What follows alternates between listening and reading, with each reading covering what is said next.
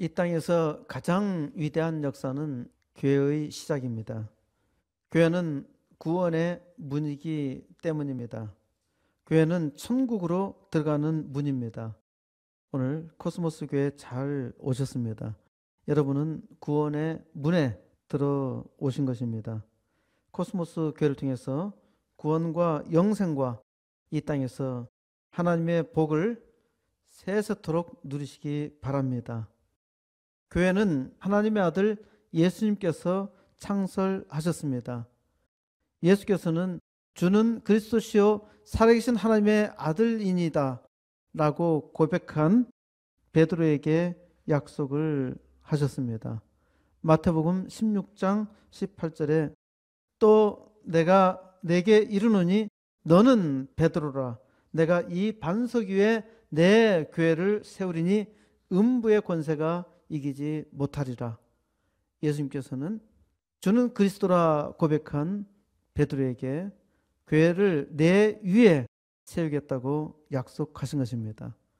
예수님께서 부활하신 후 하나님의 자리에 돌아가셨고 약속대로 하나님의 성령이 제자들에게 임하였습니다. 이것이 교회의 시작이죠. 사도 중에 베드로가 처음으로 설교를 시작하였습니다. 베드로는 첫 설교에서 선지자 요엘의 예언을 인용합니다. 오늘 우리가 읽었던 요엘의 말씀이 사도행전 2장 16절부터 나타나 있습니다. 사도행전 2장 16절에 이는 곧 선지자 요엘을 통하여 말씀하신 것이니 일러스되 하나님이 말씀하시기를 말세에 내가 내 영으로 모든 육체에 부어주리니 너희의 자녀들은 예언할 것이요 너희의 젊은이들은 환상을 보고 너희의 늙은이들은 꿈을 꾸리라. 그때 내가 내 영을 내 남종과 여종들에게 부어주리니 그들이 예언할 것이요 또 내가 위로 하늘에서는 기사를 아래로 땅에서는 징조를 베풀리니 곧 피와 불과 연기로다. 주의 크고 영화로운 날이 이르기 전에 해가 변하여 어두워지고 달이 변하여 피가 되리라. 누구든지 주의 이름을 부르는 자는 구원을 받으리라 하였느니라. 베드로는 교회의 첫 설교를 요한 선지자의 예언에서 시작했습니다. 왜 그랬을까요? 하나님께서 요엘 선지자로 하신 말씀이 성취되었기 때문입니다. 하나님의 성령이 임하면서 교회가 시작된 것이죠. 오늘 읽은 요엘 선지자의 예언에는 세 가지 위대한 계시가 있습니다. 요엘 선지자는 하나님이 이스라엘을 심판하시기 전에 예언하셨습니다. 북방 이스라엘 왕국이 주전 예수님 오시기 전 722년 전에 망하였으니까 요엘 선지자는 그에 앞서서 예언했던 선지자입니다. 정확한 연대는 추정할 수 없지만은 대략 주전 800년경 예언했던 선지자로 추정됩니다. 이스라엘이 멸망할 것이다 라는 것을 예언하고 있고 이 멸망을 피할 길도 동시에 제시하고 있습니다. 하나님께서 멸망시키기로 작정하셨지만은 그래도 하나님께서는 이스라엘을 너무나 사랑하셨기 때문에 참고 참으시는 겁니다. 또 기회를 베풀어 주시는 거예요. 그래도 이스라엘은 멸망하고 맙니다. 왜 멸망했을까요? 멸망을 예언했고 멸망을 피할 길을 줬으면은 멸망을 충분히 피할 수 있었잖아요. 그런데 왜 멸망했을까? 이것이 사람의 어리석음입니다. 멸망을 예언하면은 사람들이 듣고 피할 것 같지요? 천만의 말씀입니다. 조선이 망할 때에도 사람들은 망할 줄 알았습니다. 일본도 망할 줄 알았지만은 일본은 피할 길을 찾아내서요. 세계 최강국이 되었고 지금도 세계 최강을 유지하고 있습니다. 원래 그만큼 강대했던 나라가 전혀 아닙니다.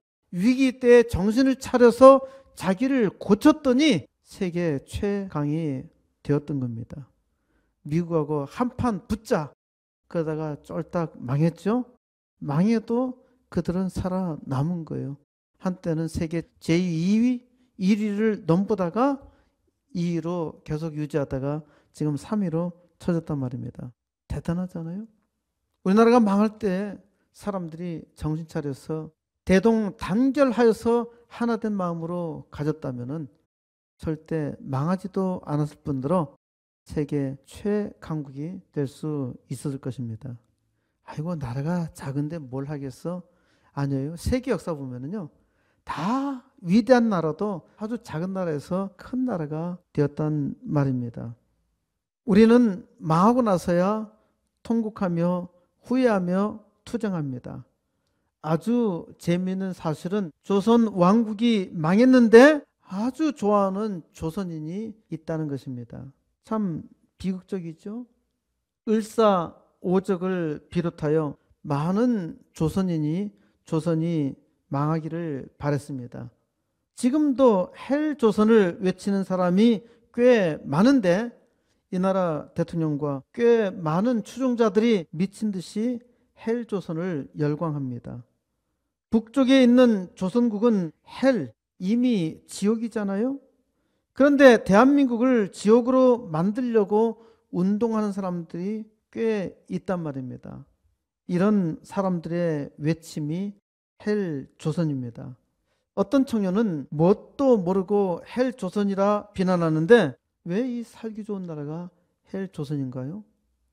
동남아시아나 아프리카 보세요. 코리안 드림으로 한국에 오잖아요. 얼마나 우리나라가 대단한데요.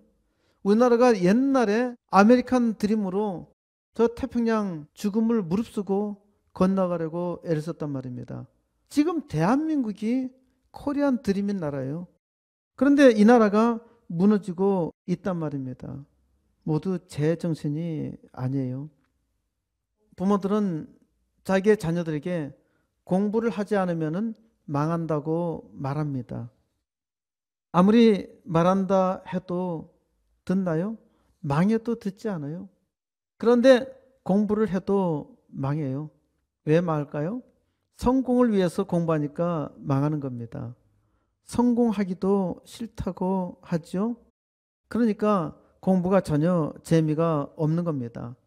공부는 성공하기 위해서 하는 것이 아니라 사람이 되기 위해서 공부해야 하는 겁니다. 어제 조선일보에 총균쇠라는 책을 지은 제레미가 톱기사로 올라와 있더라고요. 그가 하는 말 중에 하나는 미국 공교육의 90%는 이미 망가졌다고 말합니다. 회복할 수 없다는 거예요. 이게 미국이 참 비극적이라는 거죠. 너무 안타깝다는 겁니다. 어떻게 할 도리가 없어요. 이 말이 뭘 말합니까? 세상의 교육은 안 된다는 거죠. 미국의 교육에 그나마 희망을 주는 것은 사립학교고요. 우리나라 공교육 망가졌죠. 지금 사립학교 없애려고 애를 쓰고 있고요. 우리나라 사립학교도 앞으로 사라지리라 예상이 됩니다. 대학도요. 돈을 투자하지 않으면 사립대학을 운영할 수가 없어요. 앞으로 더욱더 그것을 조이고 있단 말입니다. 그리고 지금 고등학교 무상교육이 2021년부터 실시되죠. 그러면은 굉장히 좋으려 생각을 하지만은요. 무상교육을 실시하게 되면은 사립고등학교가 없어집니다. 사립학교가 다 없어지면은 괜찮을 것 같지요. 그게 소망 없게 만드는 겁니다. 여러분들이 지혜에 따르면은 잘 생각해 볼 필요가 있습니다. 그래서 우리 코스모스 교회는 더욱더 바른 교육을 위해서 또 하나님의 사람을 바로 세우기 위해서도 학교를 세워야 한다는 것이고 이것을 위해서 기도하고 있는 겁니다. 진짜 공부는 사람이 되기 위해서 하는 겁니다. 공부는 기능하는 사람이 아니라 가능한 사람을 만드는 것입니다. 영어와 수학을 잘하는 사람은 기능인입니다. 영어와 수학을 잘하는 기능인을 사람들이 부러워하지만은 아무리 잘해도 기능인에 불과합니다. 돈 좀 더 벌 수도 있겠죠. 그런데 가능인은 뭐든지 할 수 있는 사람입니다. 가능인이 뭘까요? 오늘 말씀 속에서 답을 찾아보세요. 말씀이 잘 안 들려요? 가능성이 없는 겁니다. 망할 사람이 있죠? 아무리 망한다고 말해도 듣지 않아요. 멸망을 말해도 사람들은 듣지 않습니다. 결국 이스라엘은 망했잖아요. 살려면은 들어야 합니다. 들어야 살 수 있어요. 북방 이스라엘 왕국은 주전 722년경 아시리아 제국에 멸망당했습니다.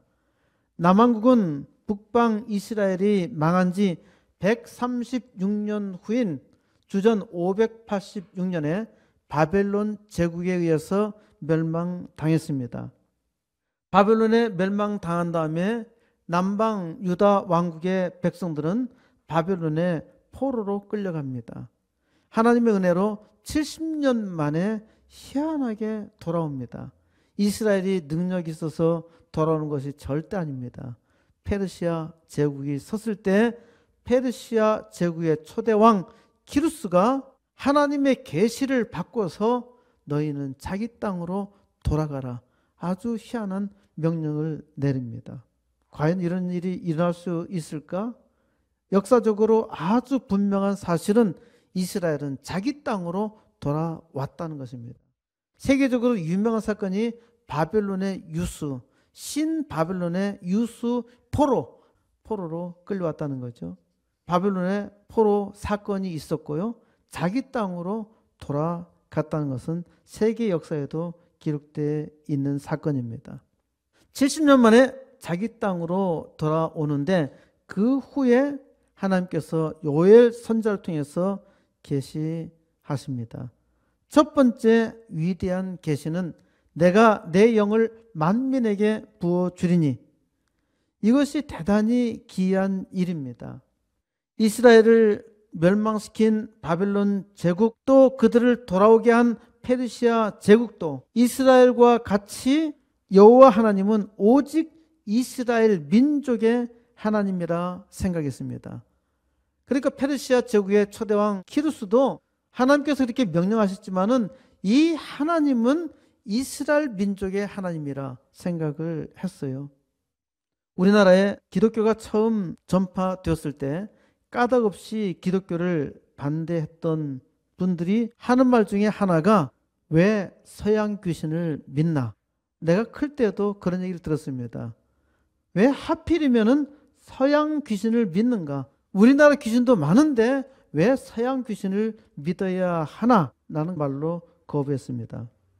조상 귀신을 섬겼던 우리 조상들은 기독교가 서양 귀신에 불과했었던 것입니다. 이와 같이 여호와 하나님은 오직 이스라엘의 신이라 생각했던 것입니다. 그런데 하나님께서 요엘 선지자의 입을 통해서 충격적인 선언을 하십니다. 내가 내 영을 만민에게 부어주리니, 만민에게 부어주시겠다는 겁니다. 이것은 이스라엘 백성이 도무지 상상할 수 없는 메시지였습니다. 이방 사람들도 전혀 기대하지 않는 일이었죠. 하나님께서 세상 만민에게 은혜를 베푸시겠다는 것입니다. 두 번째 충격적인 계시는 누구든지 여호와의 이름을 부르는 자는 구원을 얻으리로다. 누구든지 여호와의 이름을 부르는 자는 구원을 얻는다는 것입니다. 이것 또한 첫 번째 계시와 마찬가지로 충격적입니다. 누구든지 여호와의 이름을 부르는 자는 구원을 얻으리니, 여호와의 구원은 첫 번째는 아브람과 야곱의 피를 가진 계보에만 있었잖아요. 두 번째는 그 피를 가지고 있다 하더라도 반드시 율법을 지켜야 했습니다. 모세의 율법을 신봉하는 이스라엘의 백성의 상식으로는 아브라함의 자손 외에는 구원이 없다는 겁니다. 구원을 얻을 수 없다는 거예요. 그런데 요엘 선지자의 메시지는 상식 파괴, 신앙의 혁명적인 선언이었습니다. 누구든지 여호와의 이름을 부르는 자는 구원을 얻는다는 것입니다. 아브라함의 후손, 곧 야곱의 자손, 이스라엘 백성뿐만 아니라 누구든지 여호와의 이름을 부르기만 하면은 구원을 얻는다는 겁니다. 모세 율법을 지켜야 구원을 받는다고 믿는 사람들에게는 정말 충격적인, 이거는 엄청난 충격적인 메시지입니다. 도무지 믿을 수 없는 일이지요. 믿지도 못해요. 그러니까 사람으로서는 믿을 수 없고 사람의 지혜로는 이해할 수도 없는 일입니다. 하나님의 말씀을 맡았던 이스라엘 백성도 도무지 감당할 수 없는 메시지였죠. 세 번째로 더욱더 놀라운 충격이 있습니다. 피와 불과 연기 기둥이라. 이날은 여호와의 크고 두려운 날입니다. 곧 심판의 날입니다. 마지막 심판은 최후의 심판, 모든 것의 멸망입니다. 마지막 심판은 불심판입니다.